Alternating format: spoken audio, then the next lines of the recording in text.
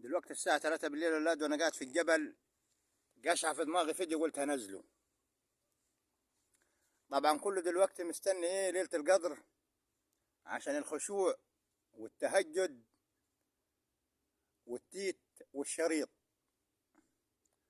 طبعا الخشوع والتهجد إذا كان إحنا في المسجد بنجيبوا سيرة خلق الله وسيرة الناس في قلب المسجد، والناس يعني دلوقتي سبحان الله شغل بقي شغل رياء.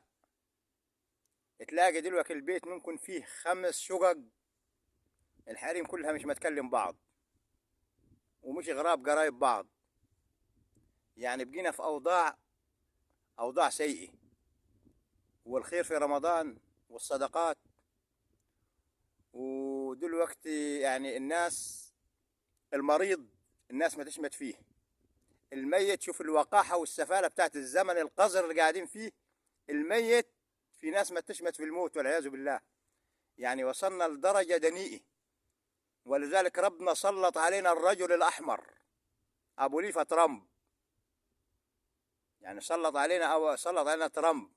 يعني ربنا ما اطلعش، لو اطلع للعباد هيحرقه.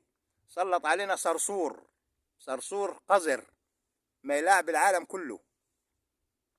إنما الناس لو متقية ربني وعندها دين وعندها ضمير، والواحد يمشي صريح، يكذب يمين ويكذب شمال ويشلط دي في دي ويعمل دي في دي.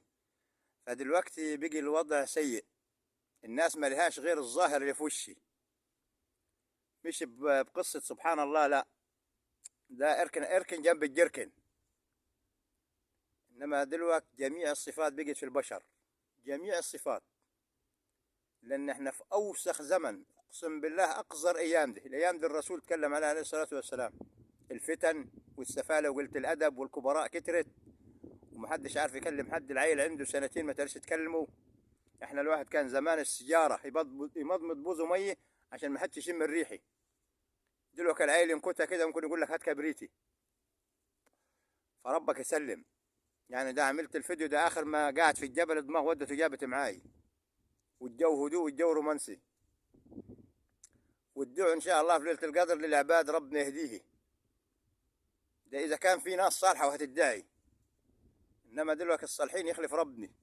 ولذلك في حاجة، خليك كده حادث عربية تلاقي العربية 14 نفر، واحد شيطان ومسكر من العصر، وال13 كلهم بتوع ربني. تلاقي الشيطان يطلع ازاي ما تعرفش سبحان الله، وال14 ياخذوا المادة 167.